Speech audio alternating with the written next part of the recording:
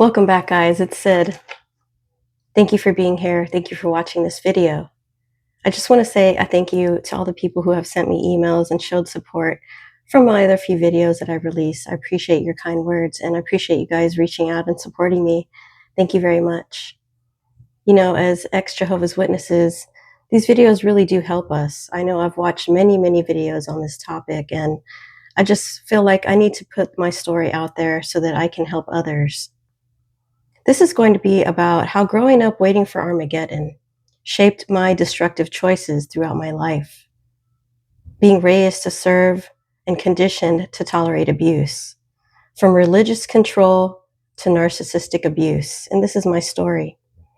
I want to read a disclaimer before I get started here. This video reflects my personal experiences, perceptions, and opinions. I am sharing my story for educational and awareness purposes. Any references to others are based solely on my lived experience and personal understanding. So let's go back in time to the 80s. The 80s. Things seemed much more simpler back then, didn't they? Yes, this was my childhood. I grew up in the Jehovah's Witness, being raised with very strict expectations of me.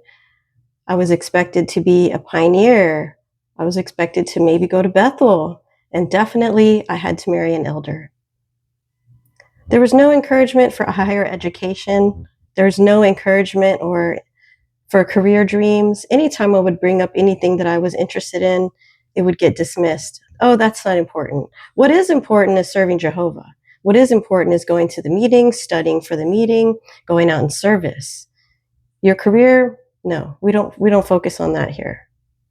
My talents and my skills were ignored, and the love in the household felt conditional, based on your performance and your image. And every time it was time to go to the meeting, you better have a smile on your face. You better not act like you're not happy, because we are a very happy family who loves Jehovah, and we are very happy to serve Jehovah. So you better smile and act like everything's okay. The love felt very conditional. I didn't ever feel completely loved for who I was as a person. The love was based on how good I performed. Was I giving talks on the stage for the service meeting? Was I going out in service? Was I preaching to children at school? Was I setting a good example for others at the Kingdom Hall? And you started to feel emotionally starved as a child, being trapped in the situation, because you're not being nurtured for who you truly are. You're being conditioned to serve the purpose of the family, to make the family look good. I didn't grow up being asked, who did you want to become? Who do you want to be when you grow up? I was conditioned to be who I needed to be, who I was supposed to be, in order to be able to serve this family, serve what was best for the family and for the cult, basically. And how this shaped me over time was I began to become hungry for love, starved for love. My father, later in life, when I was a teenager, moved out of the home and moved out of town because I asked him to please stop moving us around. I had been moved around so many times before that, and I had finally settled in somewhere. I think I was in so it was about 6th, 7th grade, that he was saying, we're going to move now. And I was like, please don't do this to me again. I had been moved so many times and had to restart over and over and over again. And I couldn't take it anymore. So I begged him, please don't make us move again. So he decided that he would move out of town and work out of town and come visit once in a while when he could. So this created strain in the relationship between me and my mother, because I felt that she was not happy that my dad was now working out of town and wasn't around for us. So I felt really alone, because she really pulled back her love at that time. I spent a lot of time in my room by myself, alone, watching TV. And I also learned from this that love had to be earned. You didn't just get love because you are our child and we love you. You had to do things that made you deserve our love. Giving a talk, going out in service, making the other brothers and sisters notice you would get attention and get praise. And this causes you to confuse attention with love. And you're also vulnerable to toxic people by learning that you have to please people in order to get love. So I was being groomed for the future into what I got into, which was being with this narcissistic person that I wound up being with for 25 years. So let's transition into my adult life. I was so hungry and starved for love that I made my standards very low. I told myself, I don't really care about a person having money. I don't really care about a person having a career. I just need somebody to love me. Whoever's going to love me is the person that I need to be with. And when I was dating my ex, I saw a lot of red flags and I ignored every single one of them. The family dynamic felt very chaotic and deeply unhealthy. From what I was told and what I personally observed, there appeared to be a lot of patterns of control, infidelity, and emotional volatility that were normalized in that household. His mother seemed overworked and worn down, constantly serving everyone else in the household. The marriage between his parents did not look loving or respectful to me, and there were stories of repeated cheating, explosive arguments, and unresolved trauma that seemed to ripple through the entire family. There were also things that my ex shared with me about his childhood that deeply disturbed me, including experiences he described as inappropriate and physically aggressive. Whether those experiences were minimalized, laughed off, or never properly addressed, they clearly left emotional scars. The sibling dynamic felt very hostile. There was conflict constantly, and accountability was very selective. Chaos felt normal in this household. And what I didn't understand at the time was when dysfunction is generational and untreated, it doesn't disappear, it transfers. And now I see that the anger, the need to dominate, the constant arguing, the inability to tolerate disagreement, those weren't random personality traits. These were behaviors that appeared to be learned in an environment where chaos was normalized. And instead of running when I saw those patterns, I convinced myself that I could just love someone into being different. I could just love the toxic patterns out of him. And once I get him out of the situation and love him, he would change. But this was not possible. There's no way I could have done this. And I stayed because I began to become trauma bonded with this person. And also, I was afraid that if I left, I'd never find anyone else to show me love. And this was possibly because of the programming that I had received as a young child in the cult. I wanted to get married very quickly to this person to feel safe and to feel like my life was finally in the right place. And this led to 25 years of psychological warfare between me and this person. Right away, there was red flags. As soon as we got married, there was issues at the wedding, actually. I'm not going to go into detail, but there was definitely red flags during the wedding. As soon as we got married, he somehow accidentally lost his wedding ring. Huge red flag. There was infidelity right after a couple years afterwards. There began to become a porn addiction that was very prevalent in the relationship, that even would take over the situation where it would be chosen over me. Also, there was closet bisexuality and secrecy from this other person. They were mentally and psychologically abusive. This was very impactful on me as a person. I continued to try to act like everything is fine, right? Everything's fine. I'm happy. Everything's great, just like I was programmed as a kid. But no, inside I was feeling trapped. I was walking on eggshells every day, and I was very isolated because not only was my own family shunning me, but also his family never accepted me. So I was like I was cast out of the whole family dynamic from both sides, and all I had was myself. It wasn't a marriage. I was in survival mode every single day. So after my son was born, this was a very strong turning point in my life. I started doing research. I started questioning, what is this family dysfunction that I'm dealing with? I started looking up what makes a family dysfunctional, and I started learning about narcissism, and I started learning about cults, and I started studying psychology. And I also, somewhere down the line, began going to therapy. I went to 3 different therapists, and 3 different therapists told me, you're with a narcissist. I started realizing that my partner was cheating on me. There was very obvious signs that would happen throughout the marriage, but I continued to act like everything was fine. I'm fine, because I really didn't feel like I had a choice. I didn't have a home to go home to. My parents decided to sell their large property and their large home and live in an RV. So there was no way that I could ever go back to live in an RV with them and my son with special needs. So I had no place to go. Sure, you can say, well, you could have gone to a shelter, you could have done this or that, but I really didn't want to do that to myself or my son. I felt like I had no choice but to stick it out in this relationship. I realized that I deserved better. I started realizing my worth.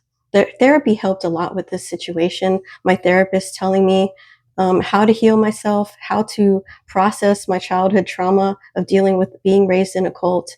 And slowly but surely, I started healing myself. I started getting better. I started understanding what I was dealing with, who I was dealing with. And the more I learned, the less I could unsee what was happening to me. The breaking point came when I finally decided that enough was enough. I knew I deserved better, and I knew I didn't want to live the rest of my life with somebody who was a cheater and a manipulator and an abuser and a liar. I couldn't live the rest of my life like this, and I had to get away from this person. So I decided I was going to tell him that I wanted a divorce. And I made up my mind to do it in a very calm, reasonable way. I told him how we are not getting along. We haven't been getting along for a very long time. He's obviously not happy, and I'm not happy. And I explained that we should just go ahead and separate amicably, where we both go up there together. We both go through the divorce, and in a few months, we'll both be free. We could take half of our money. I'll go my way. He can go his way, and we can live our lives. But this wasn't what was going to happen. This is when the retaliation began. If you've seen my other videos, you know that I was set up. He recorded me pushing him out the front door, and when I was trying to protect my son from being taken, and he called the police, intercepted the police, showed them a video of me pushing him, and claimed that I was an abusive person who pushed him out the door and was abusive. And so I was arrested, sent to jail, and a restraining order was put on me. I finally got out of jail 4 days later. And after talking to the Child Protective Service people and the police, I was told there was nothing they could do to protect my son. When I got back home, my son was gone, my ex was gone, and I was alone off grid with no way to get food or water, abandoned, completely with no help, no family, no friends around in the area, completely alone with nobody. He thought isolating me would finish me. He thought I was going to self-delete. He thought I was going to cry and beg for him to come back and save me, but I didn't. Instead, what I did was I prayed to the divine. I prayed to the Most High God. I got on my knees and I begged for help. I also called every single church I could in the area, every single community service I could in the area, and nobody would help me. Nobody wanted to drive out to where I was, off grid, in the middle of nowhere, and assist me. Now, if I would have lived in town, I might have gotten help. But the fact that I was way far out of town, in the middle of nowhere, and alone, and nobody wanted to come out and bother to be with me. So I prayed. I prayed for help. For a few days, I felt like, what am I going to do? I don't know what I'm going to do. I knew I couldn't call my parents. At this point, my father had dementia, and I hadn't talked to them for 10 years. My mom, I mean, what was she going to do? There's nothing she could have done other than send me money. But even if I had money, I still had no car. I still had no way to get around. I mean, there was no Uber out there, no Lyft, nothing like that. I knew nobody. So it was pretty much up to God to save me at this point. So what happened was I met some strangers who actually came into my life and helped me and saved me. People showed up suddenly into my life by the grace of God, sent by God to help me. I finally met my new boyfriend, Cedric, online after I started making my videos on this channel. He saw my videos and said, you know what, let me reach out to this girl and see what's up. Who is she? What's she up to? He didn't know about my situation at the time. And right away we clicked and we got along, and he started talking to me, and I told him about my situation, and he let me know, you know what, I got you. I'm going to send you some money. We're going to get you some help. And by then, I already had somebody who was giving me a ride, who was taking me to get water, food, and actually taking me out to eat and helping me to have a good time, to get my mind off of my issues of, being abandoned and left without my son and all that. And this person is now family to me. We are very close, and I love this person so much. This person was a Vietnam veteran who has seen and experienced many crazy, difficult situations. So he told me that he had my back. And then once I met Cedric, he came into my life and he also told me, I got you, I got your back. And I wasn't used to being treated with such kindness and love. These people treated me as if I was family right away. I felt the warmth, I felt the love, and I know that these people were sent by the divine to help me. I'm so grateful to God, to my angels, my ancestors, and my spirit guides, who I know saved my life. Without them, I wouldn't have survived. If I hadn't had a beautiful spiritual relationship with them, I wouldn't have survived. So I'm very grateful. And I chose myself, and everything aligned to help me survive because I made this choice. I'm not what I survived. I broke generational curses. I chose freedom. And now I am rebuilding myself. After moving in with Ced, he welcomed me into his home. He came to get me. He spent thousands of dollars to help me move. He's spent thousands of dollars to help improve my life in every way. And one day I will be interviewing him on this channel because he is also an ex Jehovah's Witness who has an incredible story. One day, hopefully, I can interview him to get him to show his incredible story on this channel as well. He has a lot of amazing information, and hopefully one day he will even start his own channel. Cedric came and brought me home. As soon as he brought me home, he said, Sid, welcome home. And he let me into his home with my 2 cats.